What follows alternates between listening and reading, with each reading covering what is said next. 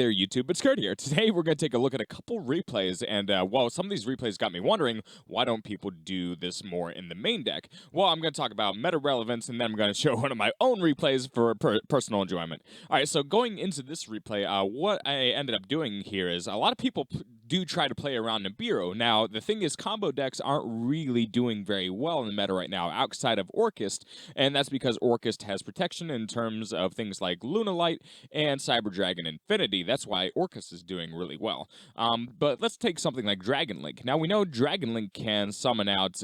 They can summon out Lambda. Lambda is very good, and you can see here that in this certain scenario, I just summon out Lambda in case there's any hand trap. I didn't know it was a Nibiru, but in this case, it ended up negating the Nibiru. So I'm wondering why these combo strategies. Again, they need as many starters as possible, but with things like Draconet, things like one-card starters like that, why don't combo decks just play 3 Gamma and 3 Called by the Grave? They're already running 3 Called by the Grave, but it seems like if you get out, a lot of people won't drop the rock on you until you're about to go into your Guard Dragon combo. So if you get Lambda on the field, it seems like that would be a pretty good form of protection. Again, even if your opponent is carrying Nibiru, you can definitely side into it, but Gamma in the main deck just seems like a very excellent option. I'm just wondering, but anyway, in this replay, this guy had Nibiru, and you can see, like, we just set up that protection here, and it works out. We Gamma the Nibiru, and all of a sudden we have a bunch of monsters on board. It's really awesome. We do it against the meta strategy. Yeah, so let me know what you guys think about that. Maybe it's just not the most consistent thing ever. And again, I carry Gamma for hand traps in particular, and it works very well, but even then, like, even running that and 3 Call by the Grave, it's still not the most consistent thing ever. But you do draw, like, some out to hand traps a majority of the time, which is nice about it. All right, so I'll end that replay here, and I'll get into one that I've been personally having fun with. All right, so someone's still playing Crusadia Guard Dragon. In this October 2019, someone's still playing Guard Dragon Danger. Danger Guard Dragon Thunder, whatever you want to call it. But here he just puts up a ridiculous board. I mean, it's not the most ridiculous board we've ever seen, but still Appaloosa with 4 negates and Thunder Dragon. I just want to say to all those train players out there, the Shadow, I have come to the light.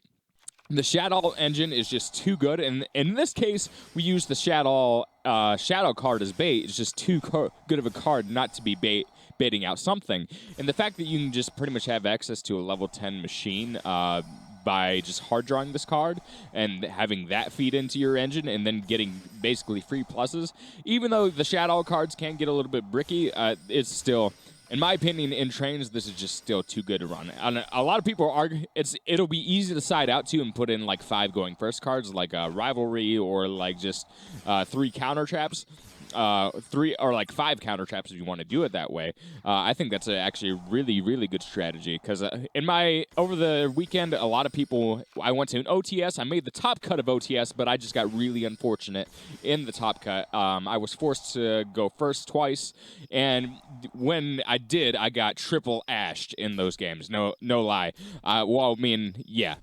Essentially, I got triple lashed between those 2 games, and that did not feel very good.